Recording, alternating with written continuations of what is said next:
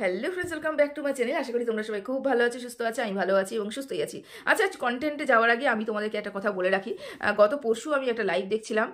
Live দেখে সেখানে আমার আমার ভিউজ সংক্রান্ত কিছু কথা হচ্ছিল, যে ভিউজ তো নেই, ভিডিও তো মানে ভিডিও তো ভিউজই নেই, সাবস্ক্রাইবার কম। দেখো, এটা আমি জানি যে আমার চ্যানেলে ভিউজ নেই এবং আমার চ্যানেলে সাবস্ক্রাইবার কম, কারণ আমি দীর্ঘ দেড় দু বছর প্রায় হতে চললো আমি চ্যানেলটা খুলেছি, এবং সেখানে আমার সেই পরিমাণে ভিউজ নেই বা সেই পরিমাণে আমার সাবস্ক্রাইবার নেই, সেটা আমি ভালো মতন জানি।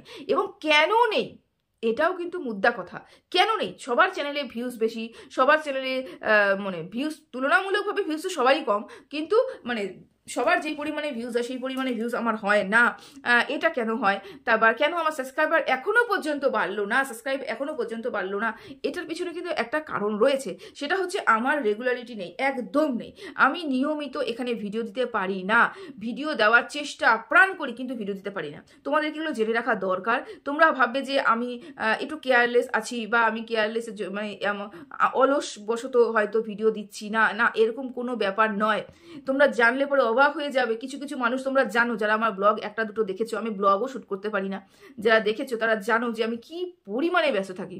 দেখো, আমার এই ইউটিউব থেকে, এই জায়গাটা থেকে একটা টাকাও আর্ন হয় না, একটা টাকাও আর্ন হয় না। আমি এখনো অবধি কোনো টাকা পাইনি, বা আমি টাকা পাবো কিনা সেটা নিয়েও আমার সন্দেহ রয়েছে। আমি কোনো টাকা পাই না। তবে একটা কথা বলে রাখি, আমি যেখানে টাকা পাই না সেখানে কেন আমি ভিডিও দিচ্ছি? কারণ আমি প্রতিবাদ করতে ভালোবাসি, সত্যিকে তুলে ধরতে ভালোবাসি, এবং আমি চাই আমার কথার মাধ্যমে আমার কিছু দর্শক যারা যারা ভুল পথে চলে যায়, তারা যেন আমার কথার মাধ্যমে বোঝে যে এটা ঠিক, এটা ভুল। আমার এটাই উদ্দেশ্য ছিল এবং এখনো আছে। কিন্তু আমি যদি নিয়মিত এখানে ভিডিও দিতাম, নিয়মিত এখানে রেগুলার বেসিসে যদি ভিডিও দিতাম, কন্টিনিউ লাইভ করতাম, আমার চ্যানেলও কিন্তু গ্রো করতো। ওই একটাই সমস্যা, আমার সময়ের অভাব। আমি আমি এখান থেকে কোনো ইনকাম করি না, কিন্তু বাস্তবে যেখান থেকে আমি ইনকাম করি, যেই টাকা দিয়ে আমি আমার খরচাটা চালাই, যেই টাকা দিয়ে আমি আমার সমস্ত শখ আহ্লাদ পূরণ করতে পারি, যেই টাকা দিয়ে আমি নিজেকে স্বাবলম্বী মনে করি, যে টাকাটা প্রতি মাসে সরকার আমাকে দেয় এবং আমার কাজের জন্য দেয়, সেই জায়গাটাতে কিন্তু আমাকে প্রথম নজরদারি রাখতে হয় এবং প্রথম ওই দিকে কিন্তু আমার ধ্যান রাখতে হয়, তাই না?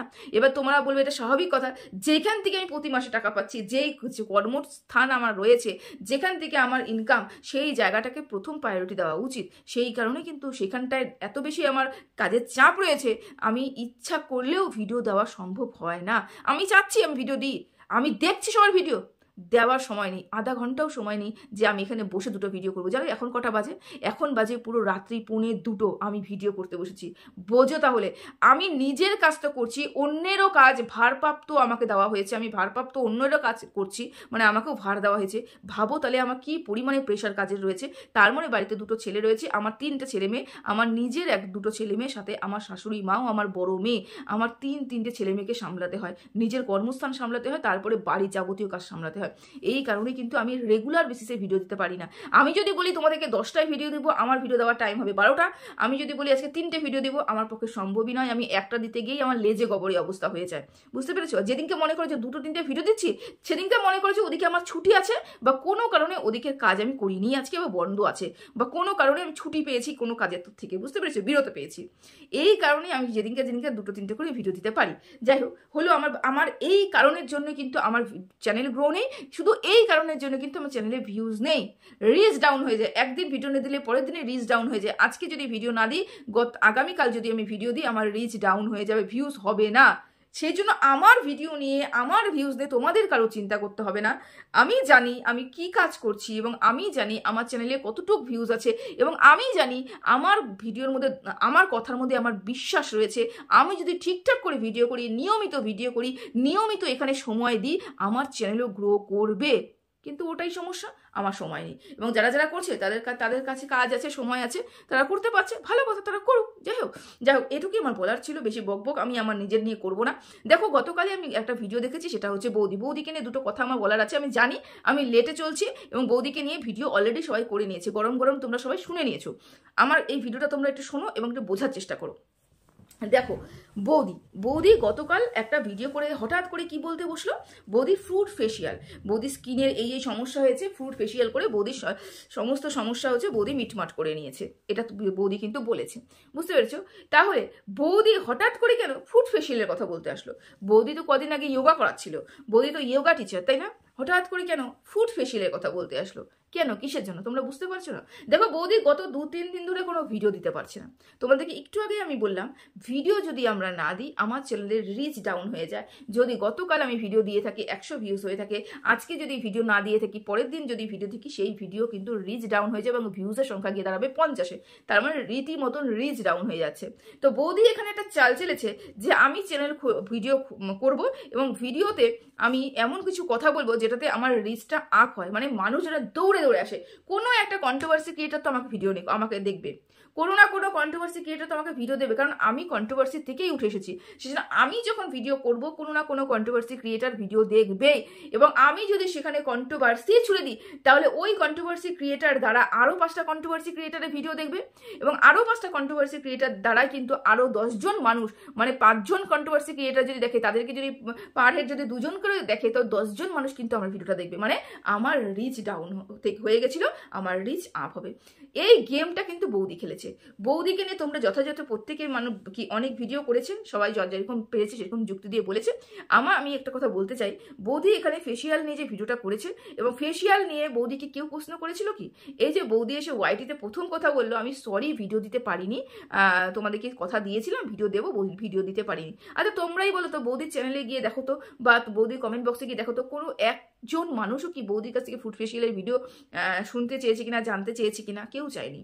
কিন্তু বৌদি এটা এসে বলতে বাধ্য হলো, কারণ ফেসিয়াল এমন একটা জিনিস, বা ফেসিয়াল, চুল কাটা, হেয়ার কাটিং, হেয়ার স্টাইল, তারপরে হেয়ার কালার, এগুলো এমন জিনিস যে আমরা যদি আমাদের মধ্যে আমাদের পারিবারিক যদি কোনো সমস্যা হয়, মনে করো এই যে অসুখ চলছে, সেই সময়টা কিন্তু আমরা এই কাজগুলো করতে পারি না।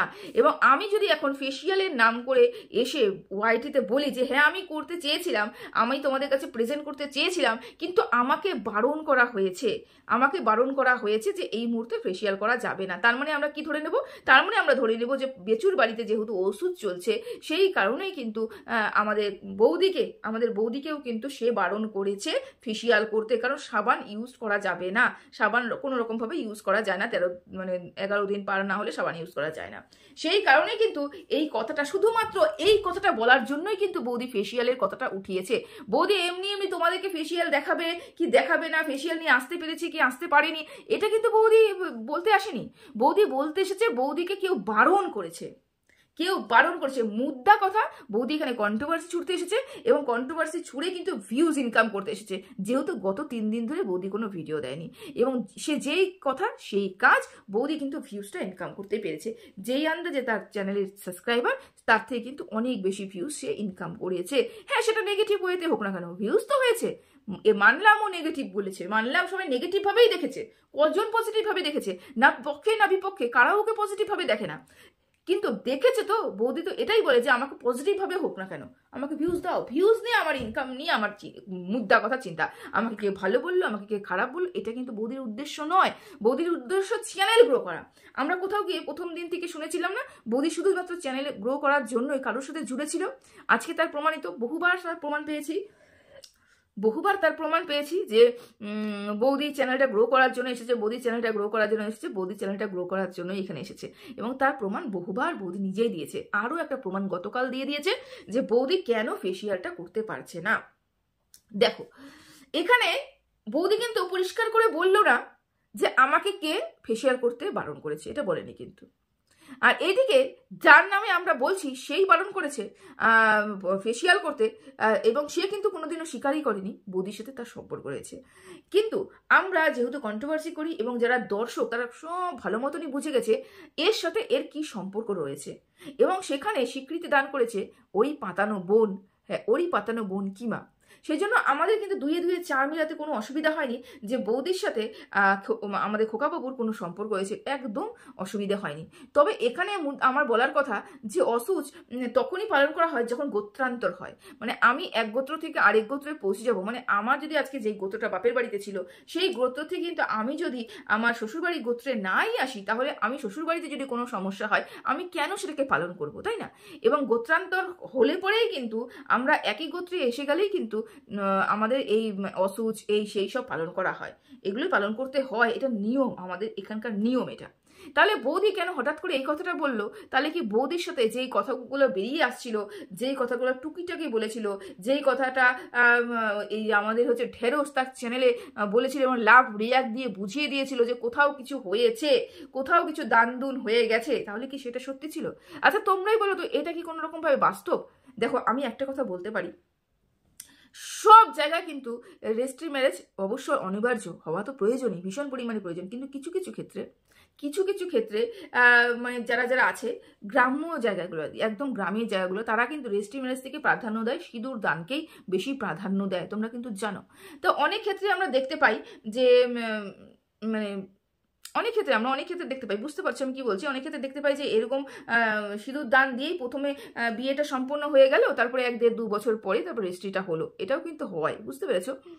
তো এরকমই কোনো কিছু আমি বলতে পারছি না, কেন আমি ভিডিওতে কিছু দেখিনি, আমি কিভাবে বলবো, তাই না? আমি শোনা কথা ওরা কথা, সেই জন্য আমি আন্দাজ করে বলছি, যে যেটাই বলছি সেটাই আন্দাজ করে বলছি, কারণ এখানে খোকাবাবু এবং বৌদি দুজনের মধ্যেই একটা যোগসূত্র তৈরি করে দিয়েছে আমাদের কিমা, আর তার মধ্যে টুকিও তার মধ্যে পারমিশন না, টুকিও সেই কথাটা বলেছে, আর সাথে থাকলো ঢেরসও সেটা কিছু না কিছু প্রমাণ অবশ্যই দিয়েছে।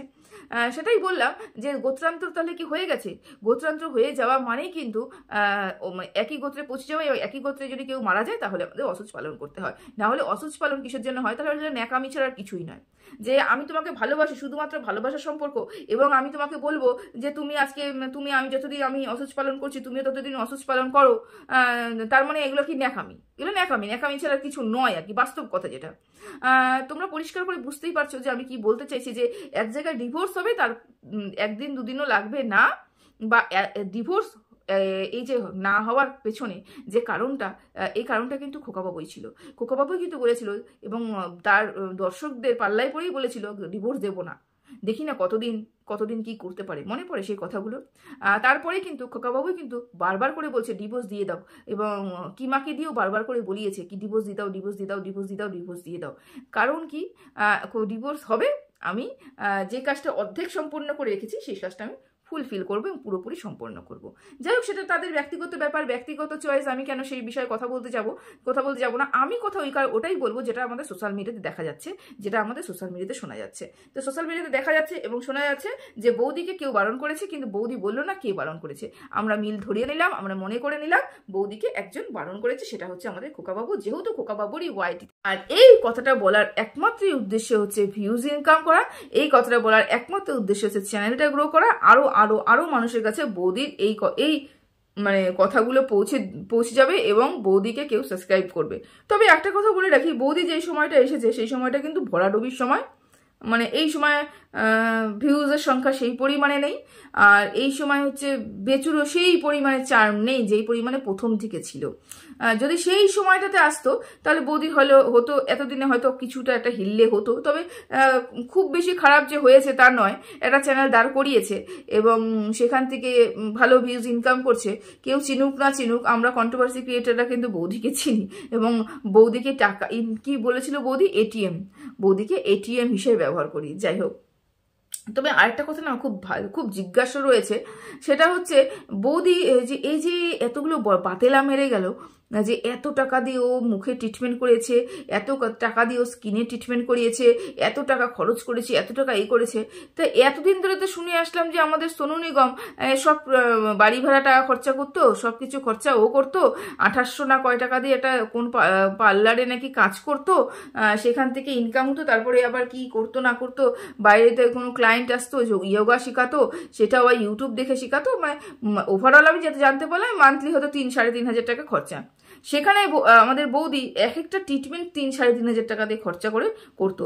তার মানে এই যে তার মানে কি বৌদিকে সম্বন্ধে যেগুলো কথা বলা হয়েছে যে সোনু নিগম থাকাকালীন অন্য জায়গারও অন্য সম্পর্ক রয়েছে, তাহলে সেখান থেকেও কি টাকা ইনকাম হতো?